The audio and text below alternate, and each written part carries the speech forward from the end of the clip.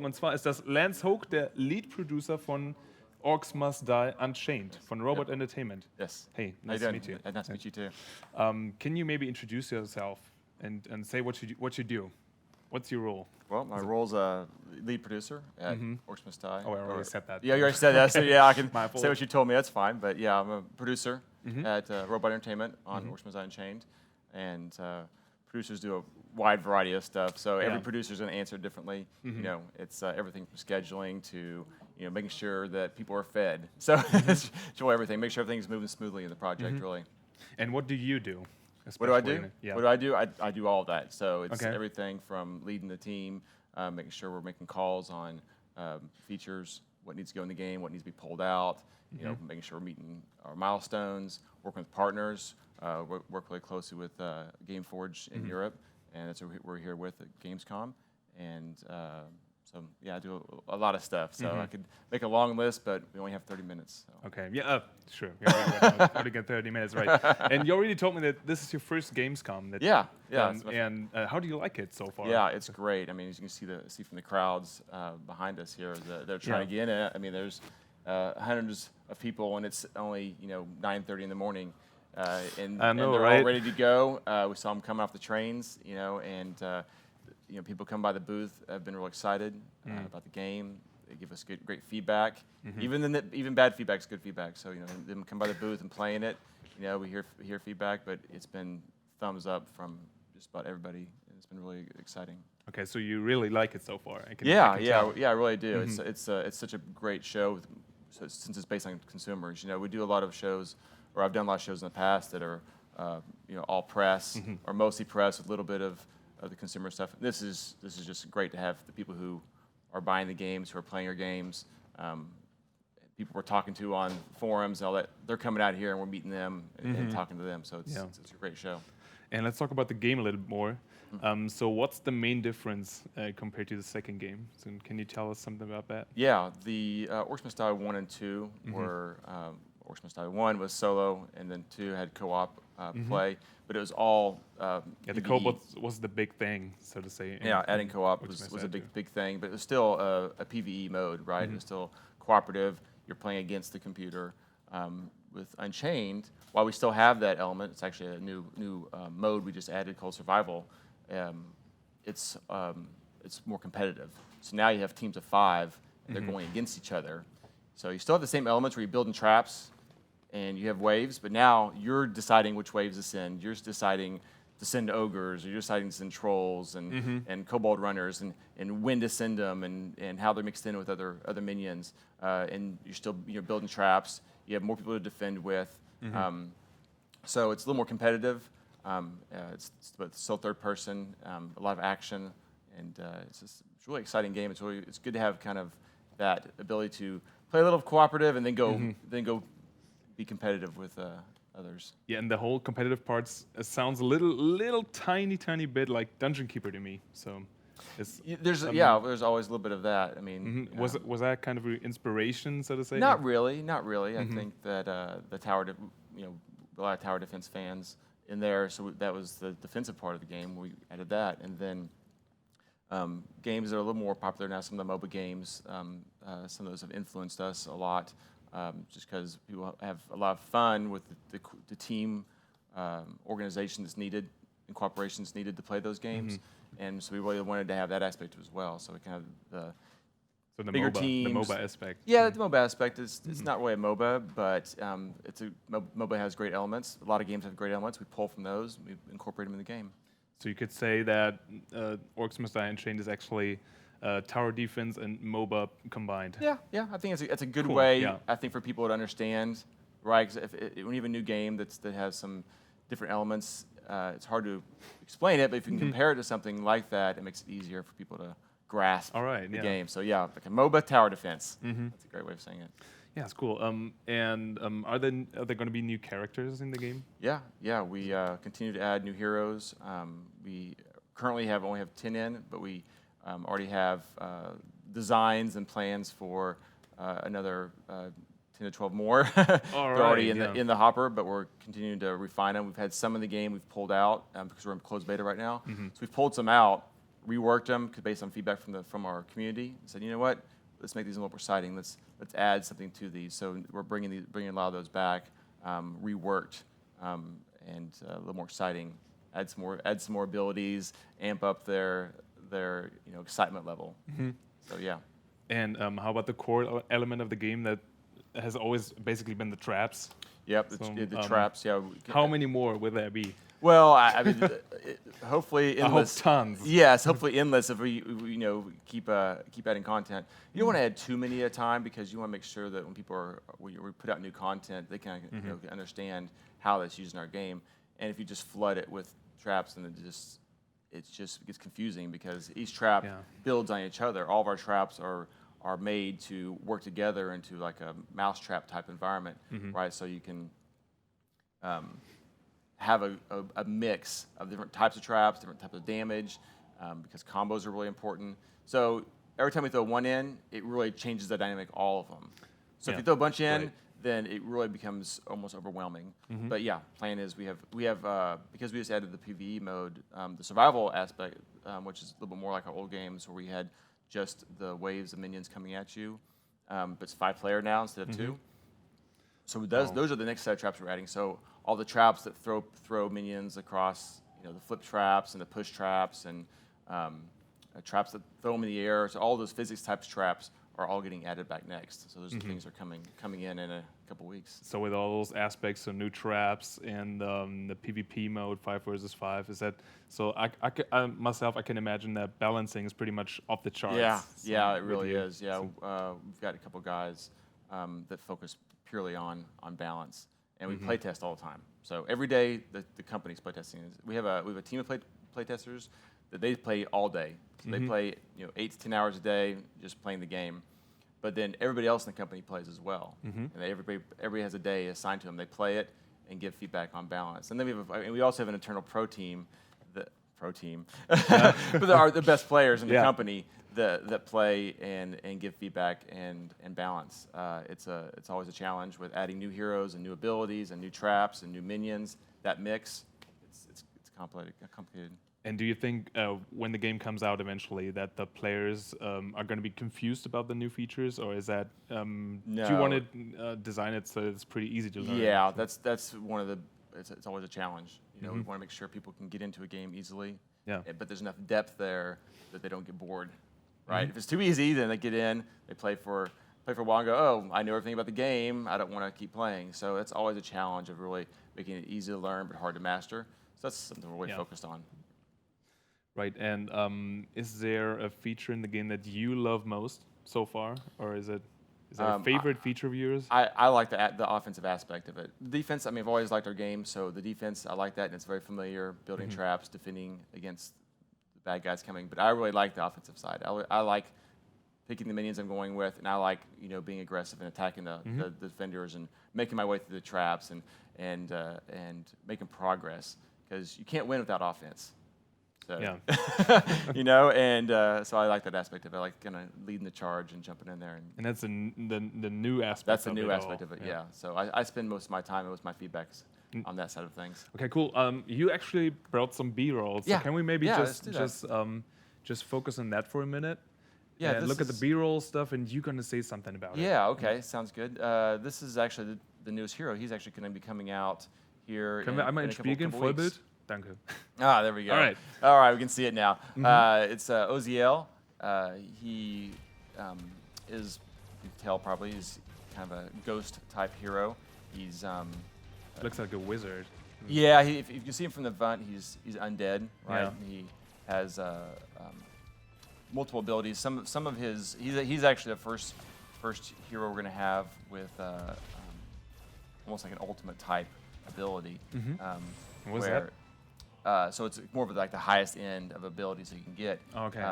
And he basically is a trade-off of health and mana. So his main attacks use mana, but all his other attacks will help kind of give him health back.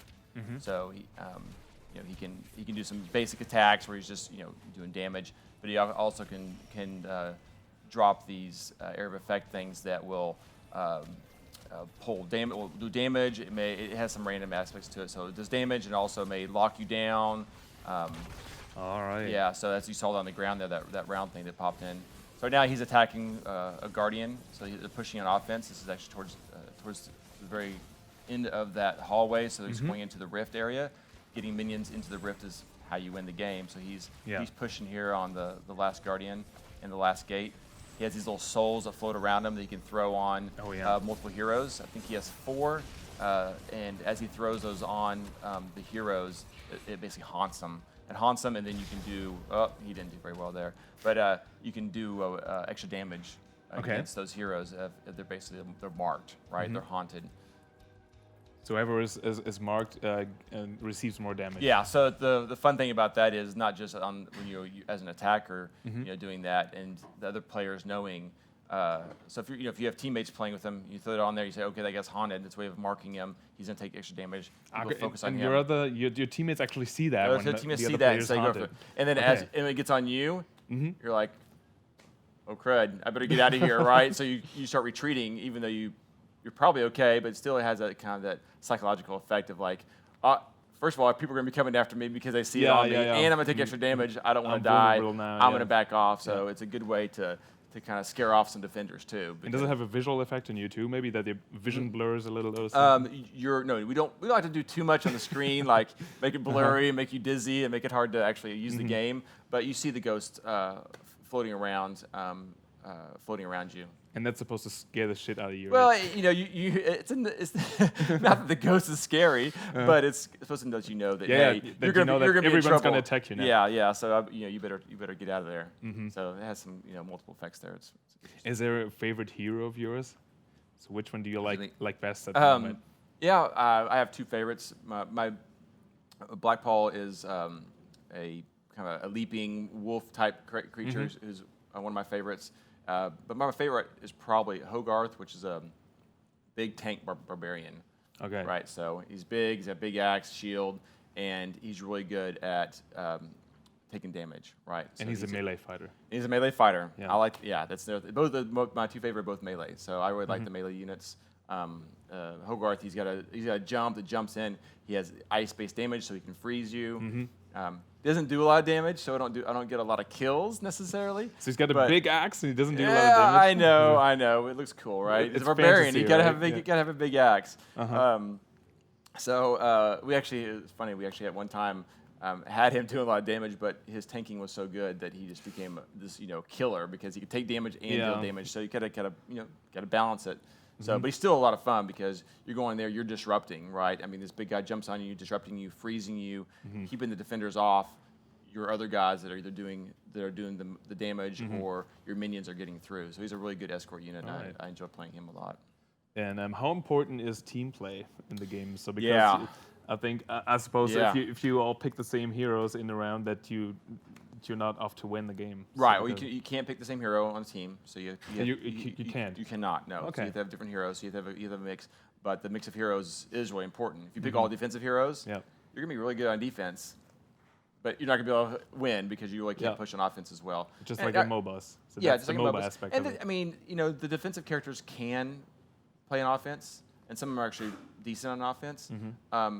But they don't necessarily have the abilities to really support you through. They don't have the tanking. They don't have the healing. They don't have some of these abilities that allow your minions to really to get through and push through. So they can be effective with a mix of offensive heroes. But having at least 2 offensive heroes and 2 defensive heroes, and then have kind of a floater can be whatever you want. That's probably the best mix. Yeah, you can if you do 3 offenses, great. If you have 3 defense and that guy comes over and helps, that's fine. But coordination of the team is really important because you do have multiple lanes. So our maps right now have 2 lanes, which is actually 4. 2 offensive lanes and 2 defensive lanes. Okay. So you've got to be able to coordinate and spread out and know where to push, right? Are you going to push on one lane? It's, again, some of the MOBA aspects of where you're going to push. Our maps are a little bit, you can move around a little bit more in our maps than a typical MOBA. You can jump over to the other side of the map fairly quickly. And we have traps, like speed traps, that let you move things across the map a little bit faster. But you got to coordinate because if you're going, 2 on a side and nobody's defending that side, then they're going to be able to push through all your your defenses. Yeah. Okay. And how about the level system? Is it just the good old kill as many enemies as you can and you level pretty quick, or is that? The leveling is the XP's earned through kills. That's part of it, but also through escorting your minions, so supporting them. So you're going to gain XP for that. So if you're just running around killing people, you'll get some, but you won't get as much as if you're playing the game, right? If you're escorting your minions and fighting and killing there, if you're building traps, killing minions, those also earn you XP, probably as much as the kills do. So it's fairly well balanced between the two. If you're doing one without the other, then you're not going to be as efficient. And how about the maps? Is it are the maps already basically, do they have the same shapes? No, they're quite a bit different. Yeah, which is a challenge really, because once our first map is very much more linear, straight up and down, right? A little bit easier to understand. New players can get in there and grasp and saying, I'm going up, right? I'm always going up, and the bad guys are coming down. That's really straightforward. Some of our new maps, it's more of a circular type motion, right? So you're more going circularly. One side's going this way. Both offenses are going this way, so you're defending it a little bit differently. So moving across the map's a little bit different, and how you support the other side's a little more different. But that can be a challenge too, because now all of a sudden players have to rethink, where the people are coming from. So we always get the feedback on early maps like that they get lost. So we take that and we try to simplify as much as possible, make sure movement is very easy across the map, but still good for the game. Because you get that map and you're like, oh, okay, I'm not just playing the exact same thing I played last time. Yeah, that's a big difference to MOBA, right? Because in MOBAs you always have those 3 lanes. One goes middle, 2 go on every lane, and the outer lanes, upper lane, bottom lane. That's basically it. Yeah, and that sounds very different. And our maps tend to have a lot more height difference too. Okay, verticality on. Yeah, verticality. That's actually the word we use. Very good. So where a lot of the MOBA, obviously with being an RTS view, or is everything's going to be flat, and even some of their third-person MOBA type games are usually very flat. We're in Castle. So in Castle, you've got stairs. You've got underground areas. So we try to have a lot more verticality to the game. It just fits with our world, and actually adds some more interesting tactical elements to it. So you can get up on ledges and you can be firing down, which can be effective. You're more protected, but maybe not as effective as being down in there. But it gives you some options there. And if you actually play the game, if you're playing the game with colleagues or people from work, so are there some favorite characters and maps already shining through? So could you say that there's a favorite thing with your colleagues and yourself? Right. I think because it's a team game, and the team dynamic, as we mentioned earlier, is so important. You tend to see a couple of different combinations of teams that people really like to play. And there's certain heroes that people like to play just because it fits their mentality. They like to be the stealthy assassin, so they play that character. And we still see a lot of that. But in the beta, because we are playing right now with a limited number of heroes, let's just focus on the core game and get balance in the core game without all these other factors that we talked about. Adding new heroes and new traps and stuff start really making it a little more difficult to do the base balance of the game. Now that we have that down, we are starting to add that content. But with that, we've had a smaller set of heroes, so you see this dynamic of building up of the 3 offensive heroes and 2 defensive heroes. Like I said before, Hogarth, my favorite, he's very popular. Ivy, who's a ranged healer support. I think she was in the B-roll there, running around doing the ring where she's healing. And Black Paul, who's the flying werewolf or wolf type character, does a lot of damage. Your favorite. One of my favorites. He does a lot of damage and can be kind of scary. Those 3 on offense are really popular. Do we have him in the B-roll, by the way? Can we maybe know. I think we are not going to be able to find him there. Yeah, I have to scroll through there. It's a long video there. But he's also really popular on offense. So you tend to see those 3. There's a few more in there as teams get more advanced strategies around using support characters. Like we have a prospector character who builds tunnels. So tunneling across the map can be really important. We've added a new feature called neutral objective. Actually, that's the internal term for it, right? It's basically just a feature that we've added, and and we'll have a real name for it soon, is basically a way for people to do something to break out of the standard attack defense aspect of the game. Throughout the game, you're going to want to go capture these points, and capturing these points that you send a boss. So once we added that, and we just added that the last release. Once you add that, that changes the dynamic of the team. So we had this, DPS, tank, support, healer, range on offense. Now all of a sudden people are like, hey, that's great for the basic game, but now when this comes in, how do we want to change up the team structure?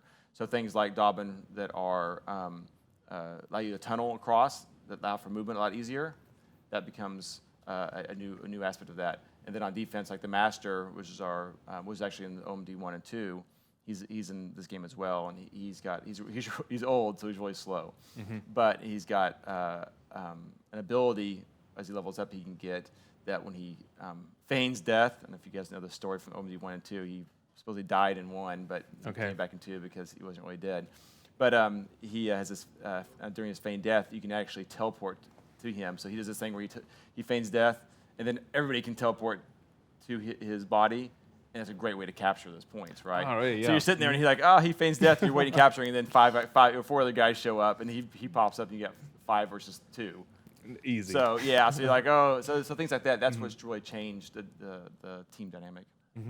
Yeah, sounds pretty complex. Well, it doesn't have to be. That's like I said. Playing the standard game, playing those heroes, those are fine. But we've had some people in the beta for a while now, and they've been really playing every night, and they play and they build these strategies up, and those teams are the ones that are really exposing some of this stuff, which is great for us internally too to see it. Yeah, I can imagine. And when's the game finally coming out? First half of 2016. Okay. Yeah, we're really you right can't now. say it's I don't have an vague, exact date yet. Yeah, okay. We're actually working on that as a producer. I'm working on that schedule, so I'm actually working on that right now. And we'll be able to give more details as soon as I'm done. As soon as we have some other clarification. When it's done. But the focus is really is finishing it. Yeah, but it's really is like, we'll make sure the perf's there. We'll make sure that as we bring on a large group of people that we can handle that on the servers. Making sure that on the perf on the client side too, so it runs on more machines. When you're in close beta, it's a little bit looser on that. You're getting people in who typically have a little bit higher in machines, and you don't really worry about the client perf, but it's really important for us, mostly being across multiple regions, to be able to support a wide range of machines, a wide range of configurations, and that requires a lot of both testing on those types of hardware, and then coming back and making the changes needed to be able to run on those. So, but our focus right now is trying to get that perf, trying to get the polish on there. Final few features. We're really working on the survival mode I mentioned earlier, which is the PvE side of things, and tweaking the PvP side. So yeah. But beta's already running. Beta's running. Said, it's closed. It's closed beta right now. Is there a date for an open beta? Is there open beta is such thing as that? Yeah, these days when it gets to open beta and launch are pretty close. Okay. Right. So like 2 weeks before launch. Yeah, that's typically right, unless you have problems. So so when I say release, I'm about open beta. So open beta, first half of 2016, and hopefully everything's smooth and we go right into launch, and that's it. Go. Okay, I think. Do we have more time? We're done. Okay. I think we're finished. I just wanted to ask one more question, but I think that's a longer one, so we wouldn't have time for that. Okay. So, great. But, thank you very much for being here. Thank you for inviting Pretty me. stoked about the game. Yeah, great. Ihr solltet euch auch mal Orcs Must Die Unchained angucken. Das ist ein sehr interessantes Spiel. Wir haben ja gerade erfahren, dass die Closed Beta im Moment läuft. Die Open Beta wird es wahrscheinlich erst kurz vor dem Release geben. Das Release wird in der ersten Hälfte 2016 stattfinden. Das Ganze klang aber sehr interessant. Also wir haben auch Material gesehen, das habt ihr ja auch. Und wer sowieso schon Orcs Must Die-Fan ist, der sollte sich das auf jeden Fall mal im Hinterkopf behalten. Es ist eine sehr interessante Mischung aus MOBA und Tower Defense. Wir dürfen gespannt sein. Und das war Lance, der ist der Lead Producer bei Robot Entertainment. Und thank you very much for the interview. Thank you. Yeah, it was really interesting. Great, I had a great time. Yeah. Appreciate it. Me too. Okay, thanks. Danke fürs Zugucken, Leute. Macht's gut.